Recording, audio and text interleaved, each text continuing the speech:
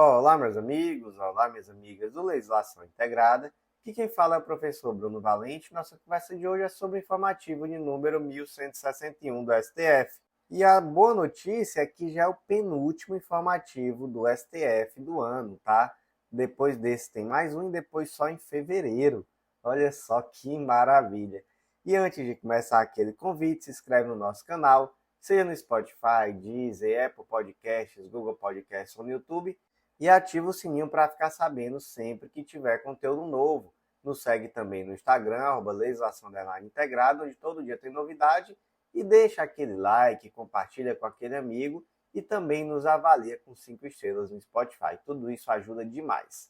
Então, sem mais delongas, vamos para o primeiro julgado de hoje.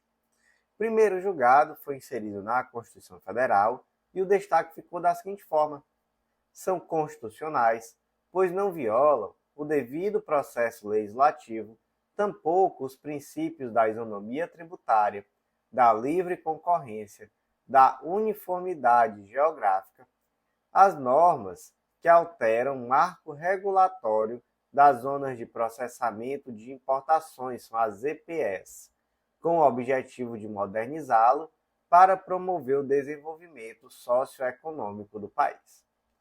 Gente, vamos lá. Primeiro ponto, que é uma ZPE, né? Uma zona de processamento de exportação. Gente, são áreas de livre comércio que permitem a instalação de empresas que produzem bens especificamente para exportação. Então, são zonas primárias, né, para esse controle aduaneiro. E aí, as empresas que estão situadas nessas zonas, elas têm vários benefícios. Então, elas têm, por exemplo, isenção de tributos, maior liberdade cambial, suspensão de cobrança de determinados impostos, enfim. É uma estratégia, não é, que visa promover o desenvolvimento econômico do país e inserir essas regiões em mercados mundiais. E aí você pode perguntar, onde é que tem ZPE no Brasil? Aí, gente, eu encontrei aqui a informação de que hoje existem 12. Então, por exemplo, tem no estado do Ceará que tem a ZPE do PECEM, tem lá em Parnaíba, no Piauí, tem em Uberaba, Minas Gerais, tem, por exemplo, em Araguaína, Tocantins, enfim, tem em várias cidades do país, né? Algumas já ativas e outras em fase de implantação. Ativas mesmo, tá? Só 3, aqui pela informação que eu peguei no site gov.br, que são as de Cáceres, em Mato Grosso, Parnaíba, no Piauí e Pecém, no Ceará. As outras todas aqui ainda em fase de implantação. E aí, gente, a Lei 1484 de 2021 definiu um novo marco regulatório dessas EPS, que funcionam, né, como eu já disse, como áreas de livre comércio destinadas à instalação de empresas que produzem para exportação. E aí, qual foi o ponto aqui principal desse novo marco regulatório que acabou sendo questionada a constitucionalidade? Ela dispensou que pelo menos 80% da produção dessas empresas situadas nas EPE fosse remetida para o exterior, né? Então fosse exportado. Então, olha só, antes desse marco regulatório, a empresa que estava nas EPE tinha que demonstrar que no mínimo 80% de tudo que ela produziu foi para exportação, né? E só o restante, no máximo 20%, para o mercado interno. Mas essa obrigatoriedade acabou sendo retirada nesse novo marco regulatório, lei número 14.184 de 2021. E aí se pergunta, há inconstitucionalidade nisso? E a gente se entendeu que não. Se entendeu que, na verdade, esse novo marco veio para modernizar, não é, toda a legislação acerca do tema ZPE e que não há nenhum tipo de lesão, tanto à isonomia tributária, quanto à livre concorrência, quanto também ao princípio da uniformidade geográfica, não é? Ou seja, não havia ali um tratamento distinto entre essas empresas dos EPS e as que estavam fora, dentro daquele comércio que fosse realizado para o mercado interno. Então se entendeu que não havia ali nenhum problema, beleza? Mas também havia um vício aqui, ou melhor, um questionamento de uma suposta inconstitucionalidade formal. E aí voltamos para um debate que tivemos muito recente, não é? No informativo, eu acho que 1159, sobre o contrabando legislativo. E aqui também houve uma acusação de contrabando legislativo. Porque o que acontece? Quem propôs essa ADI foi o Partido Republicano. Porque, veja só, a MP 1033, ela tinha uma finalidade muito específica. Durante a pandemia, existiam fábricas de oxigênio medicinal situadas em ZPS e, pela legislação, só 20% daquilo que fosse produzido em ZPE podia entrar no mercado nacional. Não era? Era. Acontece, gente, que a gente precisava de oxigênio assim demais. Então, por óbvio, era urgente mudar a legislação para permitir que 100%, se fosse o caso, desse oxigênio viesse, né, para o mercado interno. Então, esse era o objetivo da MP. Mas o que se fez? Se enfiou ali um jabuti. Né? Vocês lembram que 2 informativos atrás eu até confundi jabuti com jabuticaba. 2 termos que são utilizados, mas que são diferentes, né? Mas se enfiou ali um jabuti mesmo. Então, tratava tão somente do comércio de oxigênio e do nada virou um novo marco regulatório das EPS. Mas se entendeu, gente, que mesmo assim, né, houve pertinência temática, que de fato não houve ali nenhum tipo de inconstitucionalidade em virtude dessa situação que para muitos, né, foi um ótimo exemplo de contrabando legislativo, então foi um jabuti que foi enfiado ali no meio dessa medida provisória. Mas, de fato, o STF discordou e entendeu que não havia aqui nenhum tipo de inconstitucionalidade, nem material e nem formal também, beleza? Então, gente, como é que ficou aqui o destaque desse julgado? São constitucionais, pois não violam devido processo legislativo, tampouco os princípios da isonomia tributária, da livre concorrência e da uniformidade geográfica, as normas que alteram o marco regulatório das zonas de processamento de exportações, com o objetivo de modernizá-lo para promover o desenvolvimento socioeconômico do país.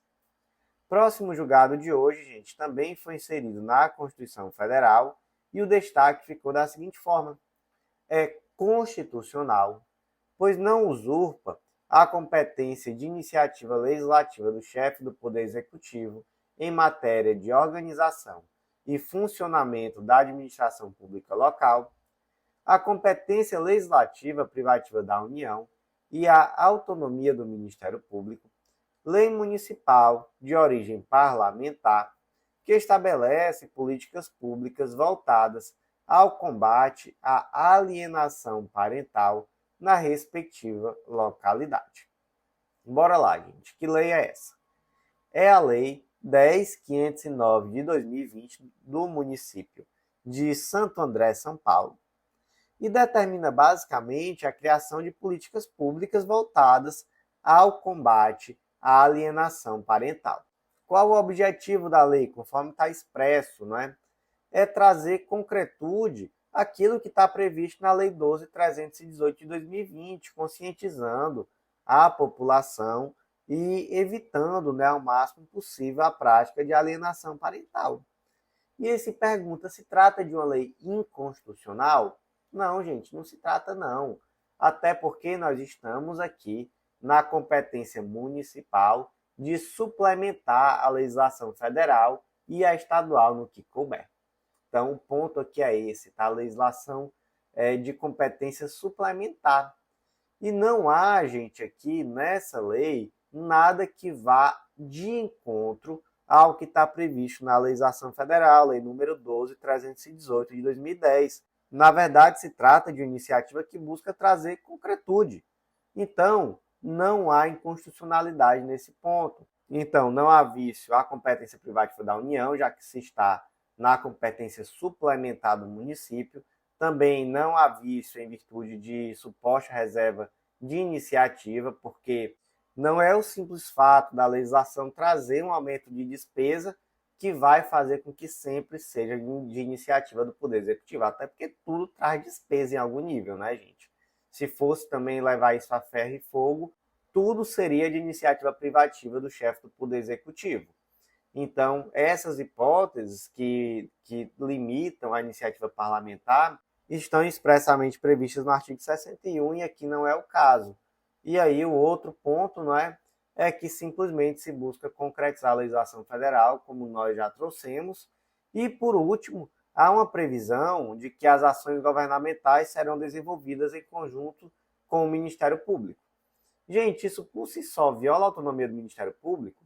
Não, né, gente? Claro que não. Até porque o ECA já traz, não é, essa necessidade de ação do Ministério Público sobre o tema.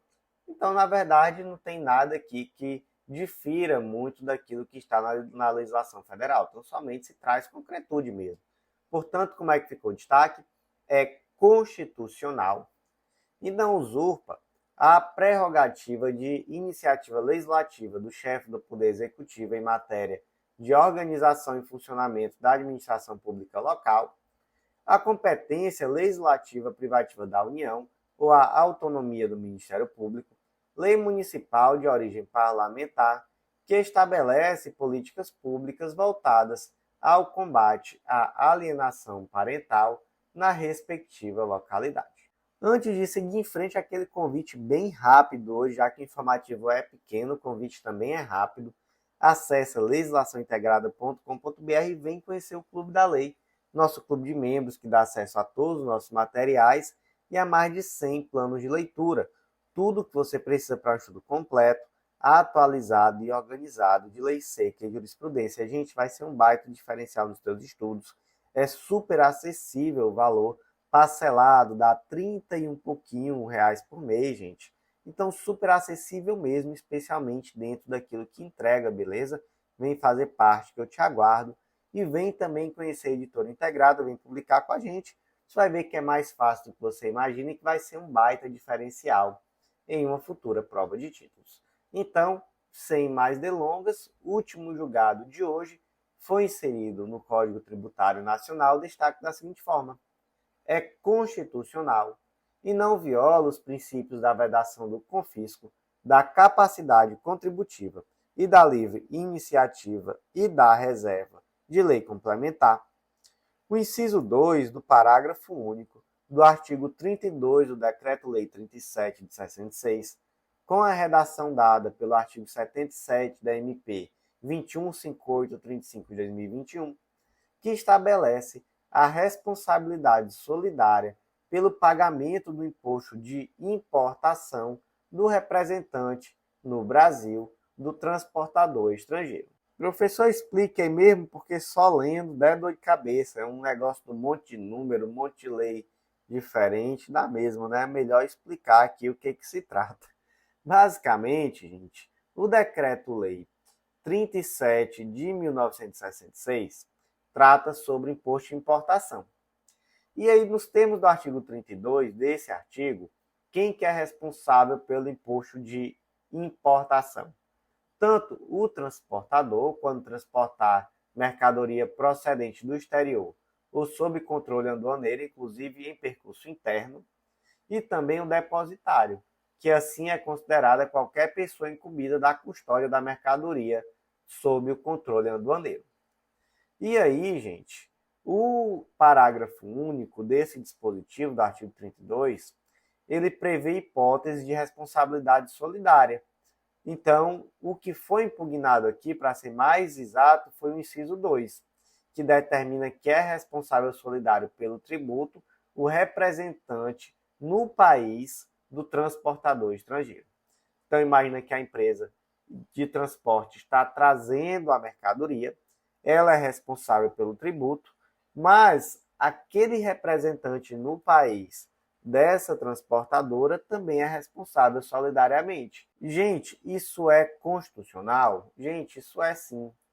E o fundamento principal aqui é o artigo 128 do Código Tributário Nacional, que diz que a lei pode atribuir de modo expresso a responsabilidade pelo crédito tributário à terceira pessoa vinculada ao fato gerador da respectiva obrigação. Então, gente, o Estado pode, em virtude de uma facilitação mesmo da cobrança do tributo, determinar que um terceiro é responsável por pagar, desde que esse terceiro esteja de alguma forma ligado, né, a obrigação tributária. Então, esse é o caso aqui, por exemplo, do transportador. Então, nenhum problema, tá, gente? É possível sim. E aí, além disso, tem-se que não há aqui uma violação à necessidade de lei complementar, porque não trata sobre norma geral em matéria de legislação tributária, mas apenas institui uma hipótese específica de responsabilidade tributária. Então, não é como vimos aqui, não é norma geral, portanto, não precisa de lei complementar. E, além disso, não há aqui nenhuma violação a princípio da vedação do confisco, da capacidade contributiva ou mesmo da livre iniciativa. Então, como é que ficou o destaque? É constitucional e não viola os princípios da vedação ao confisco, da capacidade contributiva, da livre iniciativa e da reserva de lei complementar. O inciso 2 do parágrafo único do artigo 32 do Decreto-Lei 37 de 66, com redação dada pelo artigo 37 da MP 215835 de 2021, que estabelece a responsabilidade solidária pelo pagamento do imposto de importação do representante no Brasil do transportador estrangeiro. Gente, informativo pequenininho, né? E por hoje foi isso. Foi somente isso, 3 julgados, e só temos mais um informativo do STF nesse ano de 2024. Estamos totalmente em dia aqui com os informativos do STF também em áudio, né? E já vamos também agora focar nos informativos do STJ para finalizar o ano, se Deus quiser, com todos os informativos já em formato de áudio. Estamos na torcida por isso e, graças a Deus, o Clube da Lei está todo em dia, não é? Já saiu o informativo da semana, inclusive. Então, por lá, tudo atualizadíssimo, ainda bem. Então, por hoje foi isso. Deixa aquele like, compartilha com aquele amigo, avalie a gente com 5 estrelas no Spotify e até a próxima.